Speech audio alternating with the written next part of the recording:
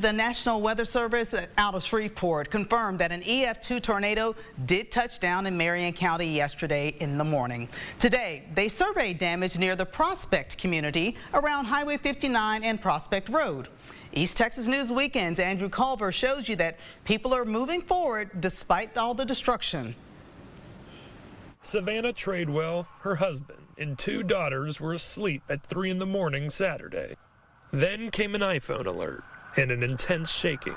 The Tradewells ran for the bathroom. We got to the only spot in the house that we could find. It doesn't have doors on it. They just didn't have any windows because we were scared that the glass was going to go flying everywhere, or the house was going to pick up. It was so scary. For us, it felt like a year, but it was probably like 2 minutes at the most.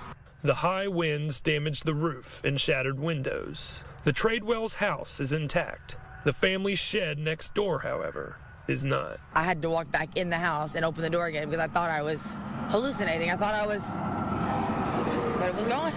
Meteorologist Carly Kovacic found snapped and uprooted trees. She tells us the damage to the area signals winds more than 100 miles per hour. This part of the country, we generally don't see a whole lot of nocturnal tornadoes. Doesn't mean it can't happen, and it doesn't happen because obviously it just happened. In this case, at least the families involved seem to have gotten the warning in a timely manner and were able to take proper shelter.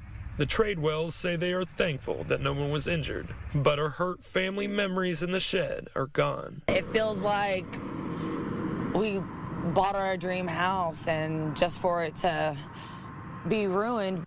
But despite the loss and damage, they're looking forward. The Tradewells plan to rebuild. They're just material items. We can buy more, but it's really it's hard. It is heartbreaking. Andrew Culver, East Texas News Weekend. The National Weather Service reports tonight that the estimated top wind speed was 115 miles per hour.